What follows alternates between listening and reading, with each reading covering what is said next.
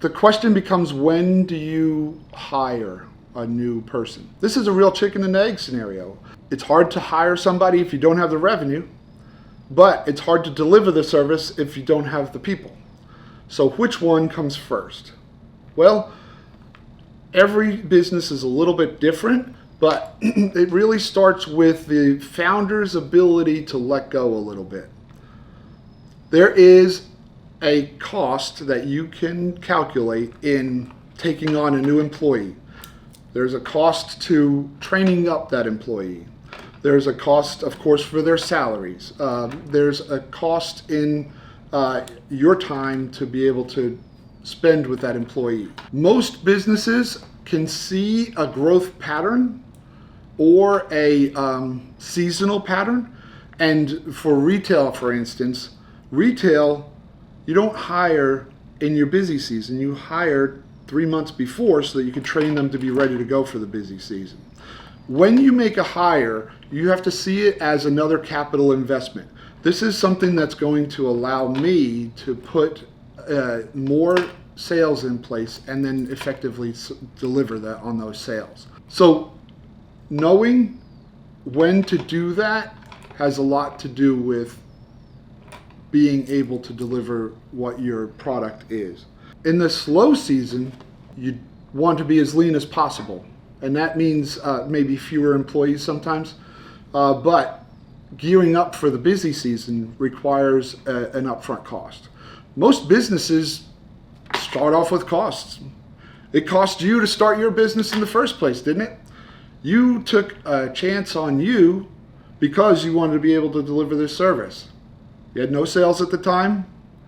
You only had expenses. Every business almost starts off that way. There's only a few handful of lucky ones that have that growth overnight scenario. Most likely, you, who I'm talking to, had expenses when you started out. But you trusted you to be able to deliver. Now, you have to put that money into somebody else and trust that they'll deliver.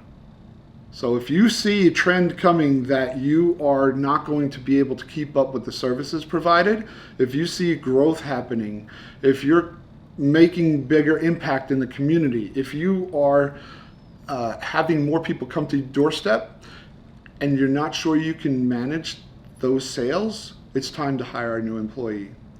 It will be an additional cost.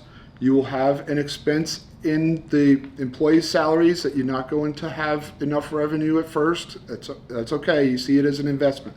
You're going to have a cost in the training. You're going to have to train them up.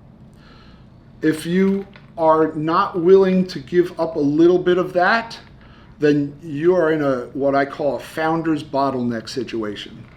You get only so far in your growth and stop there.